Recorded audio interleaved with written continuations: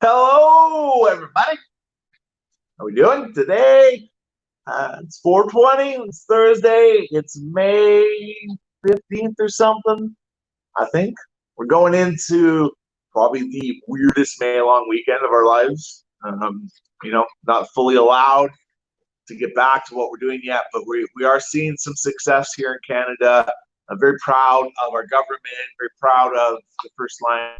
Um, you know, medical responders and everyone and all the work they're doing because we are starting to see some phases open back up and starting to get back to a little bit of normality. But, you know, going forward, we definitely, it's going to be a while before, we're going to be able to go to sporting games and do large dinners. And, you know, the one thing we are seeing a positive is some time for people to really do some self-reflection and look at yourselves. We're seeing some really popular trends of people, becoming master bakers in their home through this period, baking, sourdoughs and focaccias and, people just get inspired to cook for themselves. I think a lot of people who never really did cook for themselves. It was really easy to go grab fast food or anything that was kind of pre-made, or maybe your partner did it most of the time. But it's been very inspiring to see everyone out there kind of going that route. We're also looking at people now, getting plant babies and getting interested in growing their own little gardens. I've seen a couple people in my life, my mother included, planted this garden out in their backyard. And you talk to them, they're so excited about their pumpkin and their cauliflower plant, and it is something you should get excited about. My mom's also got a couple pot plants, which I thought was pretty cool. So, this is an opportunity for us maybe to relook our lifestyle, our pace has been so fast, so go. Let's kind of slow it down, do it yourself. Speaking of that, we're going to connect with a special chef out from Toronto, James Beard nominated chef Jordan Wagman. Chef Jordan and I, we're actually supposed to be doing an event a week from now. Obviously, that is postponed, but always a good sport, willing to chat, lend his time, and we thought we'd connect a little bit in that. Before we head over, I just want to mention with Fire and Flowers Fastlane app, you can actually order your cannabis online before heading to the store. They'll be there ready for you to pick up, grab, go, pay for it all there. And in Ontario, we see the curbside delivery. They'll actually bring it to you. So, we're seeing the industry evolve and grow. And I think consumer, business to consumer interaction is really going to change a lot, like what we're doing today, connecting with you through this. So let's go hook up with Chef Jordan, then we'll come back and let's look at some tips. All right, we are joined today with Chef Jordan Wagman from Toronto, Ontario. Chef, how you doing? Good, brother. How are you?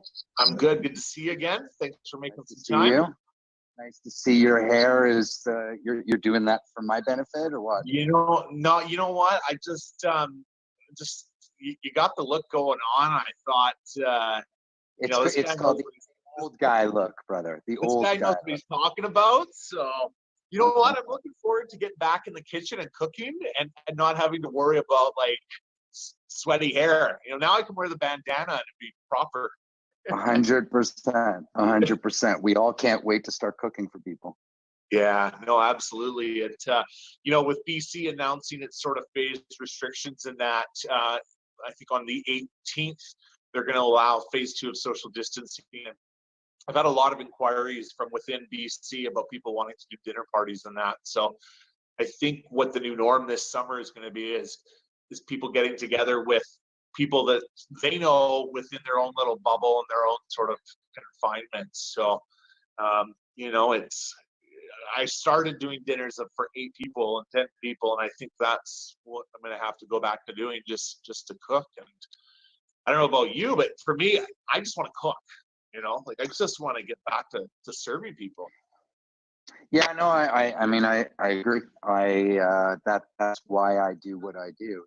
It's that instant gratification of cooking for people. And, this past weekend, I had some people that won a dinner cooked by me. And so, I had 4 or 5 different courses or components, and, there were multiple components to each food stuff.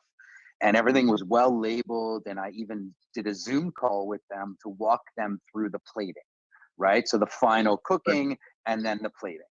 And, Yeah. you know, it's very hard to see people execute your food, because even when you're walking through how to plate something, and it's as, you know, quote unquote, dummy proof as it can be, because I've created all the work, you're still seeing someone execute your food and not executing your vision.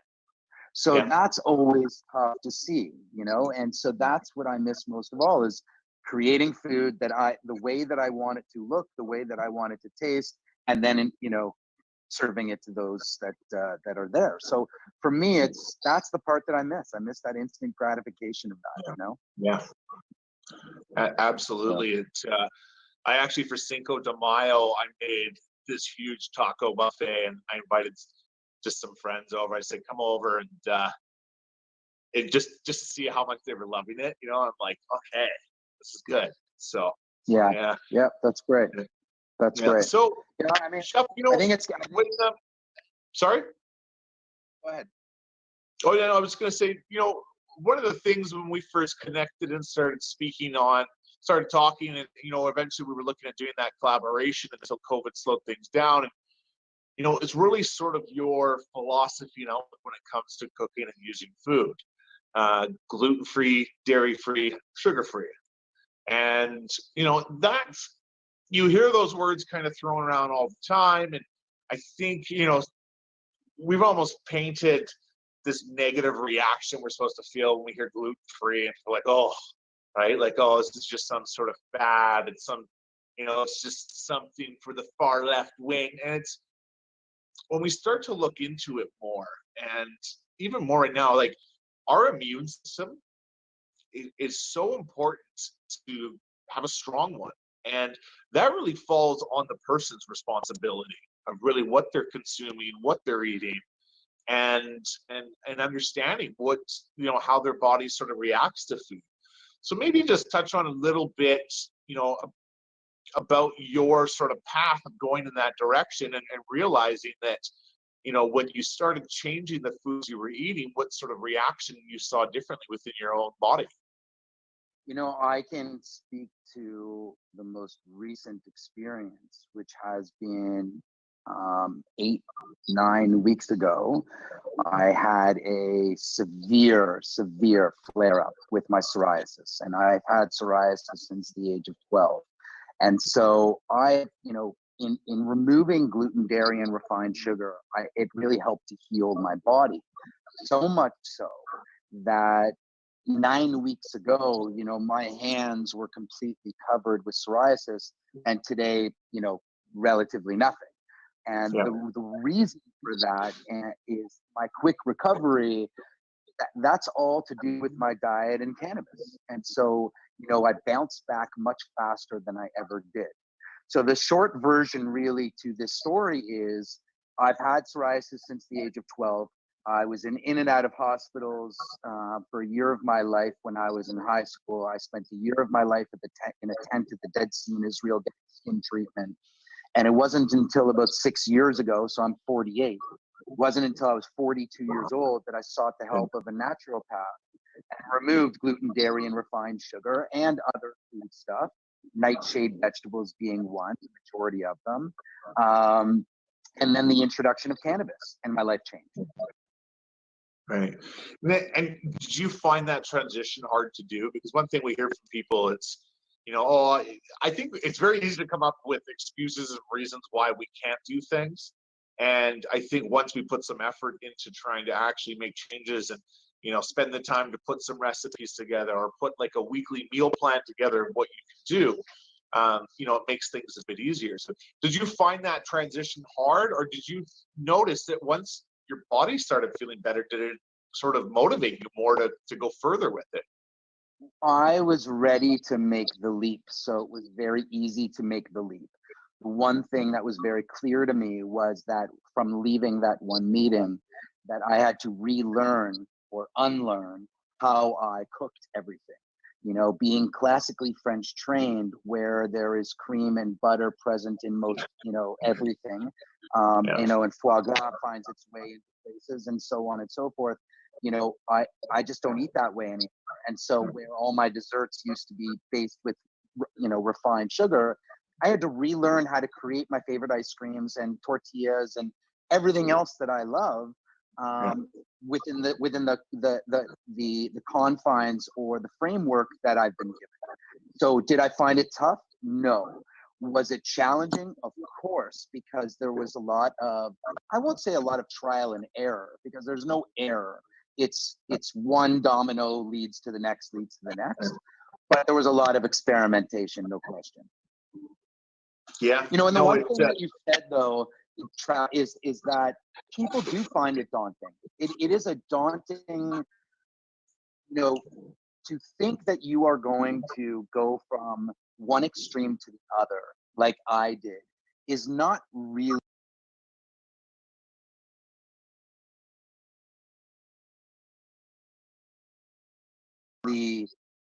it's not necessarily achievable for most people. Not everyone can cook the way I can cook. Right. So I was already ahead of the game. One thing that I do, talk to people all the time about is making the one incremental change. You don't have to make several at the same time, but make one. The domino. One leads to two, and two to three, and so on. Yeah, no, absolutely.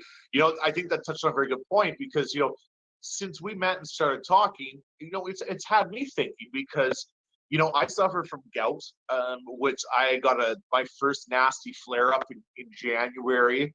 And, I went back and looked at the reasons that cause it. It's like too much red meat consumption. I'm like, well, I don't eat a lot of red meat. Excessive coffee drinking, which I do. I'll get up and coffee for the first 6 hours of the day. I don't drink enough water. And then because of cannabis, I munch out really hard. And that's, I noticed that I get the munchies when I smoke cannabis. So the one thing that I've really been working on here this couple of months of kind of the self-isolation period was, how do I feel when I ingest cannabis as opposed to smoking it, right? When I smoke cannabis, I get that instant relaxation. I'm kind of zenned out, and I feel good. And then 20 minutes later, I'm in the kitchen pantry. Where when I'm consuming cannabis and eating it, it may take 90 minutes before I hit that state of relaxation. But I've noticed personally, I don't have the urge to get up and go start eating everything out there. But you know what the difference is? And here's the key. Is that because we live parallel lives. I mean, I don't hesitate to have the munchies. I don't fight the munchies, because I set myself up for success. I won't touch the ketchup chips in there, because I know how I'll feel all night long. It will sit in my stomach. It doesn't make me feel good. I can't eat food stuff that's not real food stuff. But I do have 2 peanut butter and chocolate frozen torts in my freezer that are covered with almond crumble. They're not infused, but all I do is cut them when I'm high, and that's my munchie. So, it's setting yourself up for success. It's the secret to doing this, in truth, is realizing that you don't have to change anything. You don't have to change anything. You don't have to stop eating chocolate. You don't have to stop eating cookies. You just have to make them or buy them with different ingredients. You start reading packages on prepared food stuff, so that you know what you're eating.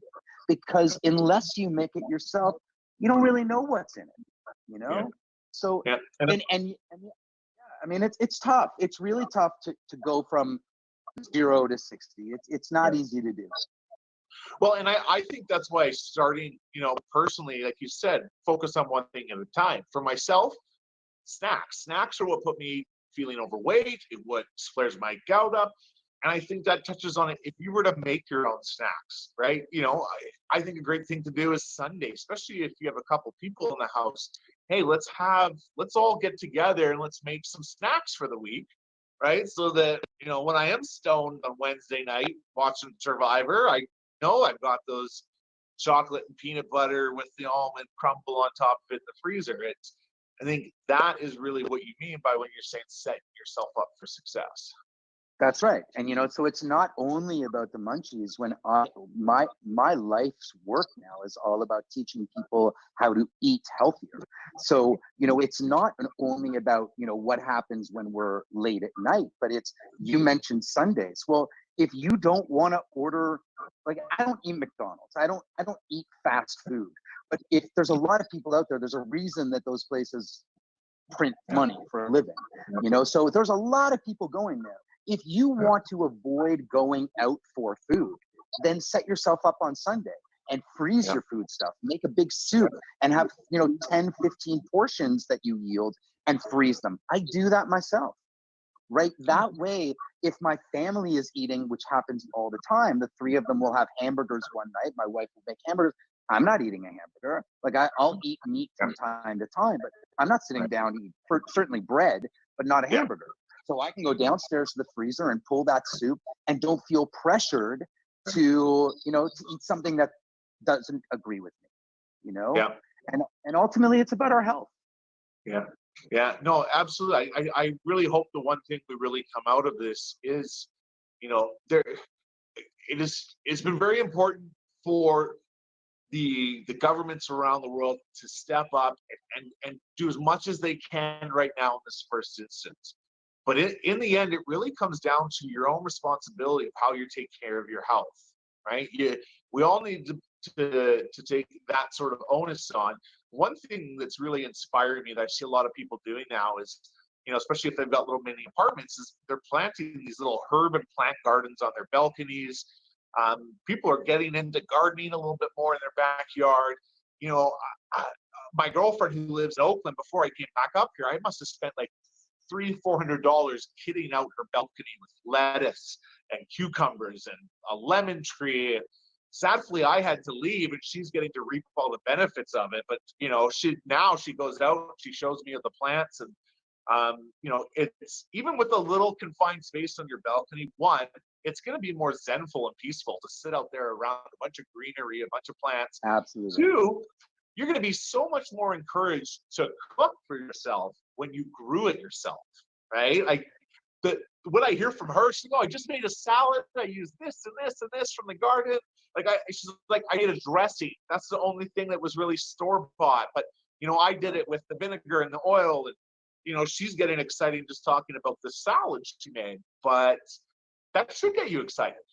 And that's why I preach all the time that creating relationships with your farmers, there's a reason that farmers markets are becoming a lot more popular these days. People are starting to appreciate where their food is coming from. Not the masses. We're still the outliers. We're still in the minority. But there are people who do appreciate it. And that speaks to the importance of getting to know these people. They're always going to tell you, hey, this is fresh or this is seasonal. I mean, you buy from local farmers.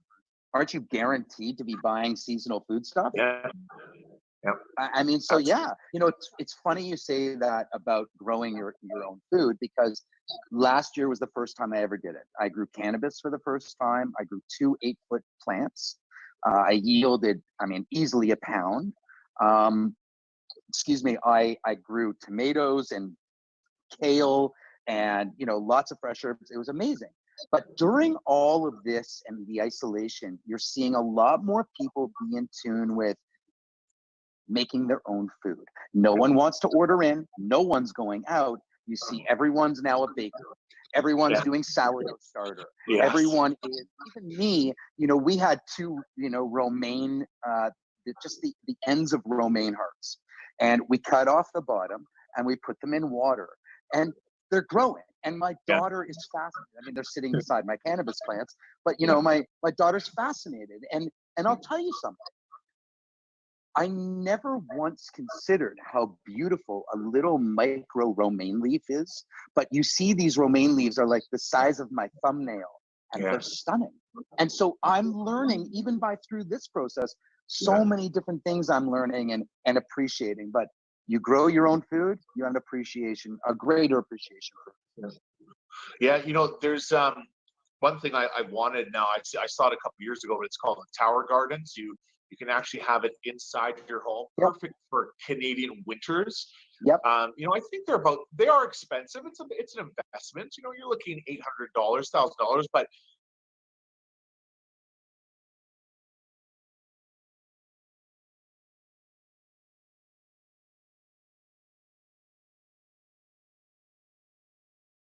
these really tall, sort of self-growing gardens. You can grow lettuce, carrots. You know, it's got a water filtration system that runs through it, UV lights. You'll get your return on that investment pretty quickly. $1,000, you know, you get your return on that within a year for sure. Oh yeah, absolutely. And you know, you know, so those are some really encouraging things out there. You know, a lot of what I've been doing here over the last couple of weeks, been working with a company called Lab Effects out of Colorado. They set me up this amazing kit of terpenes. And I've really been creating recipes, you know, focusing on cannabis as a superfood, right? And where I really see the benefit is when we look at terpenes that have these therapeutic effects that, you know, help with inflammation, they help with body rejuvenation.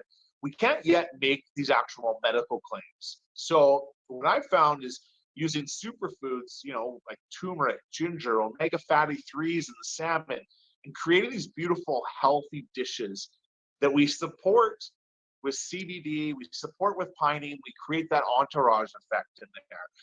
And I think that is really what's going to be the future of culinary cannabis when we look at sort of restaurants.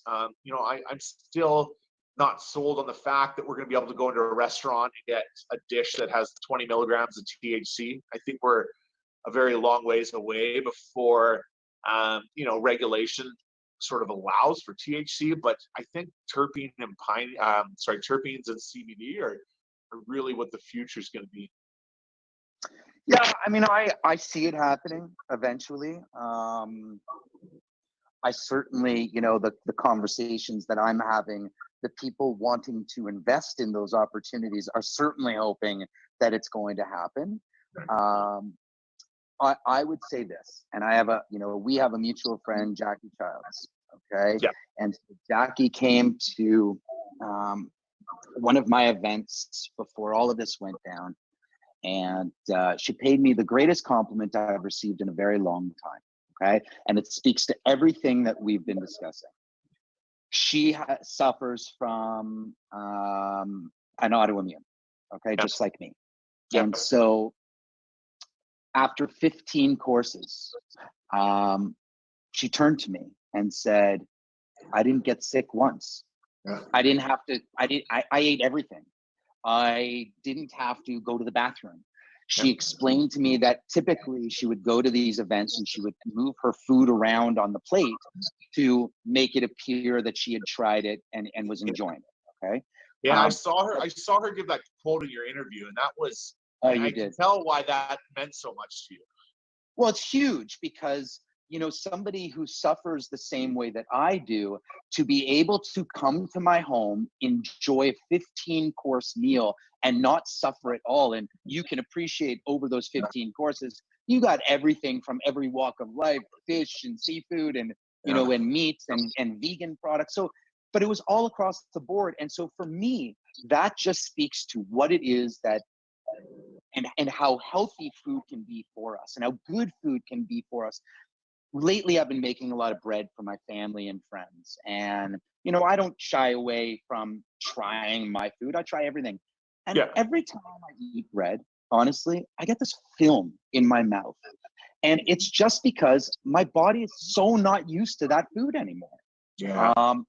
Food is medicine, and we have to treat it as such. It doesn't mean that the food on your plate doesn't have to look good. You know what I do. I mean, I take a lot of pride in my presentation, but it has to taste great. And so you combine healthy, tasting great, and looking awesome. I mean, dude, it's, you know, you're a trifecta, you're a triple threat. So I agree with you. I think that more people will be moving in this direction when they realize that there are people out there who can cook food for them like this. And you know, it's going to take some time. Yeah, it's going to take some time, but you know, I'm so glad we got to meet, because I mean, it's only been a couple months and your philosophy is already influenced the way I'm thinking.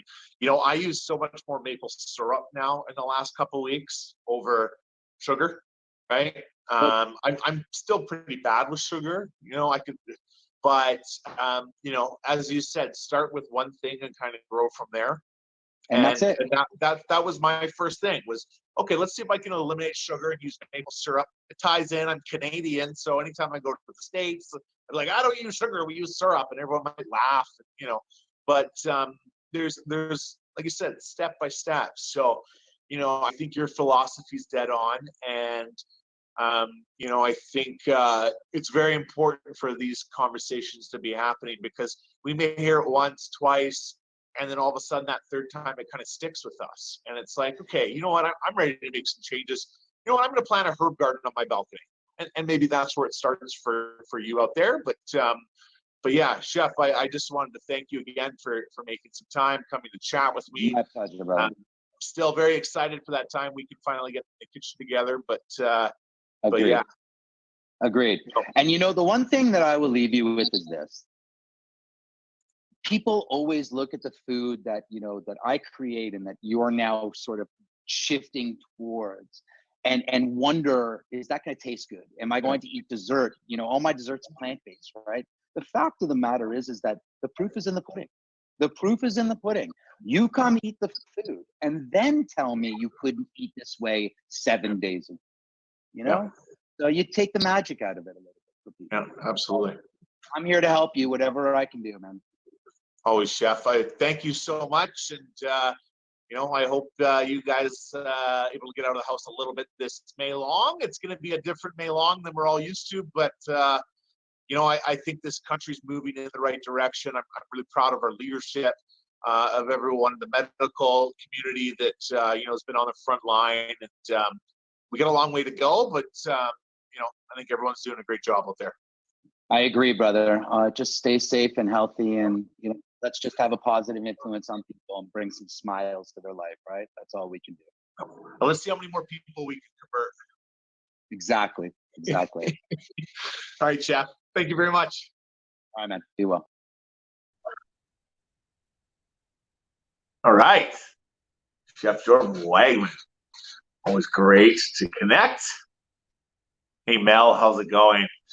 Yeah, so again, just sitting there talking with Jordan, we wanted to sort of touch on some points again of sort of self-responsibility on our diets and that. And you're not going to change overnight everything that, you know, you could be doing better, but it's about finding one point where you can sort of start and go from there. I think the herb garden is the easiest thing to do. So I just want to show you guys a little example. Here in my apartment, all along the windowsill, I've got these little planter boxes. This was about $35. Since I bought this in here, the parsley is just sprouting like good 2.5 feet high. I've got some basil, some thyme, some sage. I'll tell you, when you're cooking at home and you can use fresh herbs right from your garden on your windowsill, it doesn't matter where you're living. There's a little bit of sunlight, you can put this plant to sit there. And you remember to water it every day. It's not gonna grow if you don't water it. But you know, that's the one where I encourage everyone to sort of start with. You know, if I had an actual balcony here on this apartment, I'd have a ton of veg growing in that. And you know, I want to look into getting myself a tower garden here one day, because I think it's going to be more and more important that we can become a little more self-sufficient, growing our own vegetables, and really knowing what we're putting into our food to begin with. So next, we're going to move on here. We've got some of our little cooking demos. We got our butcher's tip. We've got Steep Tea is now joined on. Steep Tea, they are based out of Toronto, Ontario, and is probably the most delicious aromatic tea brand line I've ever seen. The founder, Chad, and myself met while I lived in Toronto last year. He started coming out to make tea pairings, and since then, these guys have grown it into a nice little business. They're doing awesome in the greater Toronto area. So if you're in other parts of Canada, check them out. Order some of their tea. It's really great. And then we'll head back here. So we're going to go off to our culinary cannabis tip. tip of the day, tip of the week. And but before we go over there, we're going to really point on, I wanted to talk really more about a machine, and it's the Levo machine. So Levo was kind enough to send me one of these last year. And it's funny because guilty, I got it, I used it a couple times, and then I really let it sit there for a couple months. I was really big on the Nova sous vide. I still am. It's still my favorite go-to for making my extractions. But since Jeff, the 420 chef, taught me this little hack of taking the cage of the coffee press, so just a French coffee press, they've got the really mesh wire cage. Well, it fits perfectly into the little bowl here. So the Levo machine they come with these little cages, okay? So normally what you do, you put your cannabis in the cage here. It's all filtrated through. You can get maybe 7.5 grams in, max. The problem is when this is in the machine working away is all that plant matter is kind of, think of chickens that grow in a little cage, right? It's all stuck together, right? Maybe that's not a good analogy. But all this cannabis is kind of compacted in there. We're not getting all the plant particles and plant matter out. So by kind of installing our own Jeff, the 420 chef filtration system with the wire cage, we get all the cannabis parts moving around in the machine. I was out with the guys from Nectar Extracts today. Some of the best growers here in BC. I'll tell you, the concentrates, the flower, beautiful. Picked up this beautiful strawberry sorbet. We've got about 21% THC. I've got 10 grams here. What I've done, okay, so again, this sort of beautiful, got a very nice citrus undertone, a little sort of woody spiciness. So we know there's a lot of limonene in here, beta caryophyllene. It's a nice little blend of terpenes. Now we really want that to translate through with our end product. So what I've got in here is a citrus-infused olive oil, which I've actually made with the Levo machine. So starting with the Levo machine, again, think of when you're cooking and you're adding salt throughout or building the flavor. Well, we're going to do the same with the cannabis, right? We don't really want that skunky canna taste in the oil when it comes out when we're done. We want a nice, beautiful tasting oil. So with the citrus undertone already in the cannabis flower, why not start and infuse the oil with it ahead of time? So I put some orange and some lemon and made some beautiful citrus olive oil in here, infused it, strained it through, and now I've put it back in, right? We got rid of all the citrus, sort of the orange peels and the lemons and that, and now we're going to add our cannabis in there.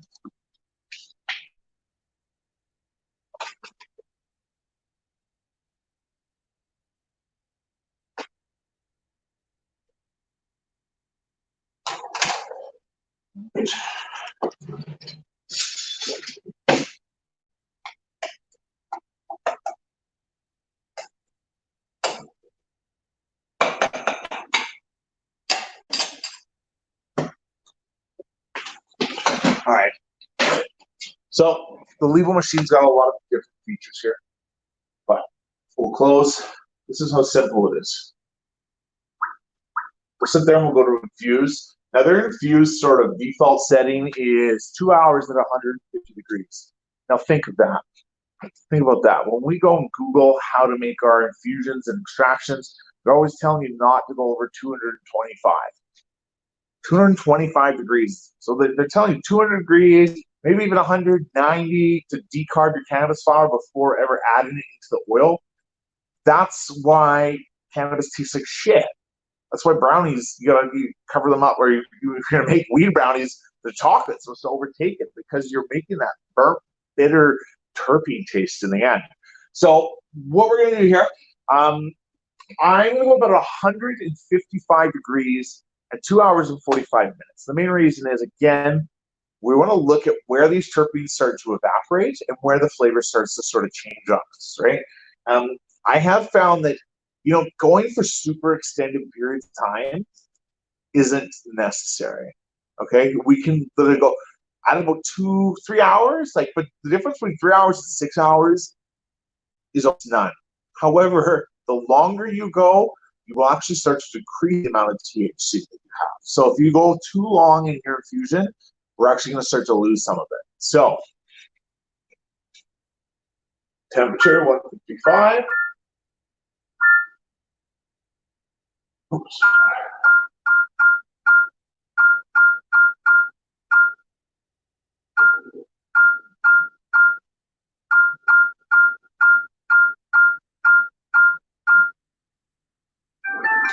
There you go. And it's on. So I've got 300 milliliters of the olive oil in there. With 10 grams at 21% THC, we're going to have a very high yield. It's going to be a very potent olive oil. I'm planning to serve it on a spot prawn ceviche that's going to have some grapefruit, coconut chips, some pomegranate seeds, scallions, and some nice sesame crackers to kind of soup it up. So because a majority of the people that will come and sit down at dinners will have a low tolerance level, we can't serve them with this huge high yield of THC olive oil, but we can concentrate it down. So once you make that 300 milliliters, as long as you have more of that olive oil, we can, take this almost as our bouillon base and add it to more oil, and we can weaken it out a little bit. So on that, let's head on over to our culinary cannabis tip, then check out with Taryn from the Little Butcher Shop. Today's Cooking with Cannabis tip, we're going to look at the Levo 2 machine, which in my opinion is one of the best pieces of equipment out there that you can go buy it as a home cook to really help you come out with accurate dosing and really beautiful smelling terpene extractions. It's got multiple features. A couple things that I really like. One is it's odorless. We're not going to stink up your apartment if you live with someone else or the entire building. The second thing I really enjoy about the machine is the accuracy when it does come to dosing and that. It does come with a little cage. You can hold to about 10 grams of cannabis, or a little tip from Jeff, the 420 chef, is we actually take the cage of a French press, we insert it in, and we can almost triple the amount of cannabis we have in there, creating really strong extracts that we can concentrate down later on. Today, what I've done is I've infused some butter that we're going to use in a recipe for tomorrow, and I've actually used the cannabis strain Galliano from Broken Coast. They're one of my favorite LPs out there right now. Always really enjoy opening one of these canisters and getting that fresh, beautiful, aromatic bud. Really inspires me when I want to get in the kitchen and create a dish. So we've created an infused butter here. Another little trick is ice trays. So ice cubes are always go and measure and test to see what yours is. I've got 2 tablespoons per ice cube in here. So by taking my melted butter and pouring it into the ice tray,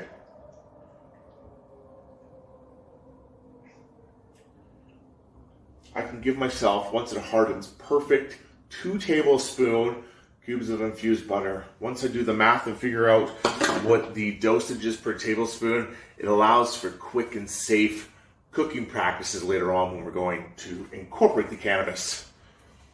I want to thank you all for coming out and remind you guys, when you are cooking for other people, it's always best to go out and get your cannabis extracts lab tested.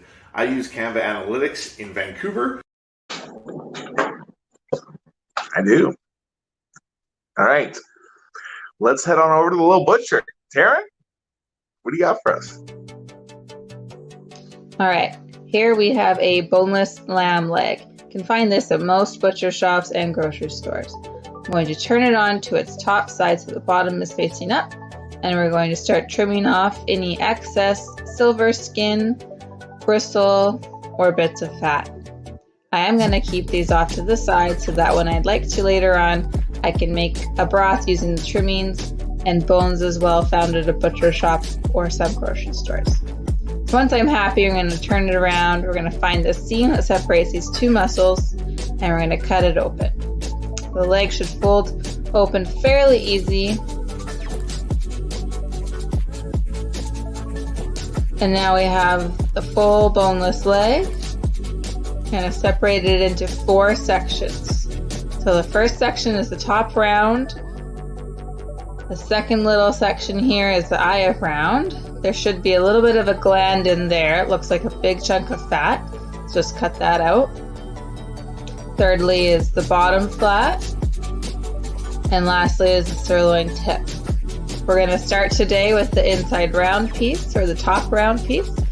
It's one of the easier ones to trim and cut for stew.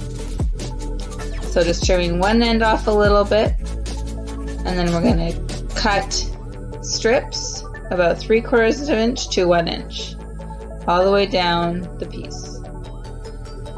And once we've done that, we'll take each individual piece, trim it up a little bit. Don't be afraid to leave some fat, but do remove any blood vessels or veins there.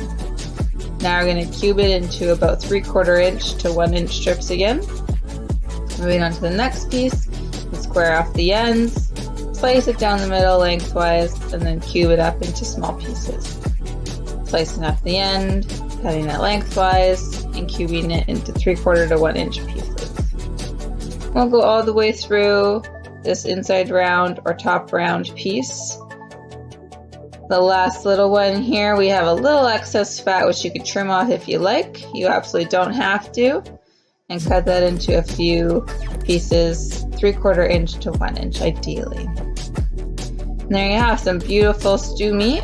We can continue along with the eye of round, the flat, and the sirloin tip to make even more stew meat.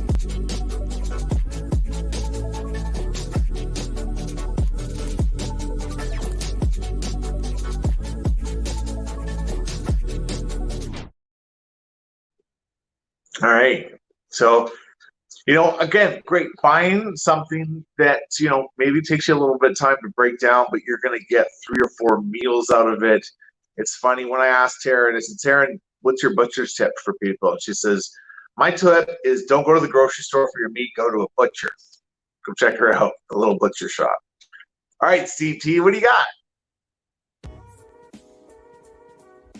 This is how to make one of our signature infused cocktails. Here are the ingredients that you'll need. 1 cocktail shaker, ice cubes and lemon for garnish, some London Eye that has been steeped for 3 to 5 minutes and let cool down to room temperature, 2 teaspoons of brown sugar, a 1/4 shot of lemon, and 2 teaspoons of infused honey. Visit the education section of our website for more recipes.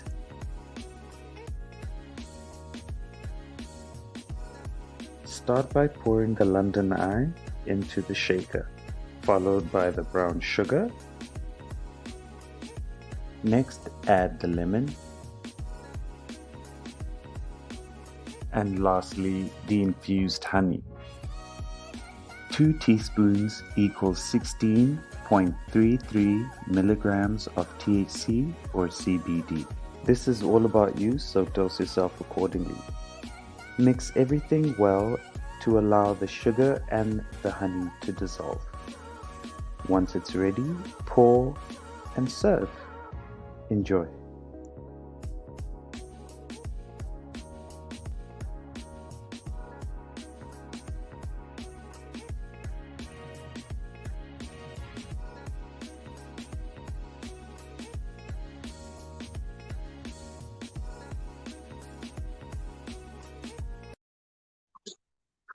How about that, Steve T? I'll tell you what. These blends are beautiful, beautiful. And, the sort of concept for Steve T, it was started, Chad, the founder, his mother had been in a car accident, was taking prescription pills to try and get over some of her pains and ailments. And Chad actually started making her some tea with CBD in it and helped her get off over-the-counter prescription pills. So, sort of great sort of motto, great company. Go check these guys out. They're awesome. So there we are. We're coming to the end. This is our 2nd week of season 2. I think the quality is getting so much better. I'm impressed. Where we look back 3 months ago, I don't even know how long ago was it, mid-March when we started on Instagram Live. The quality is getting better. So I hope you guys are enjoying this. And we've got more coming at you next week. I'm going to be in Calgary, Alberta, hosting the show, but we're still 4:20 Pacific time, so 5:20 Mountain, 7:20 Eastern time, and a lot of other times in different time zones. So let's head on over to our favorite musician, the in-house Nomad herself, Jody B. Hi Good night, everyone, my name is Jody B, and this is my new single called Wanderer. It's available now on all streaming platforms, and it features my big sister Nikki Blue on the saxophone. Hope you guys enjoy it.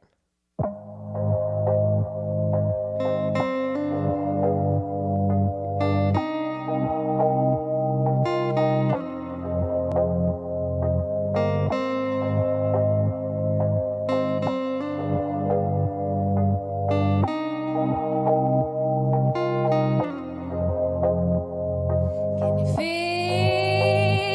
my voice? Let it sweep you away to your favorite place. Can you feel my voice? Let it sweep you away to your favorite place. Oh.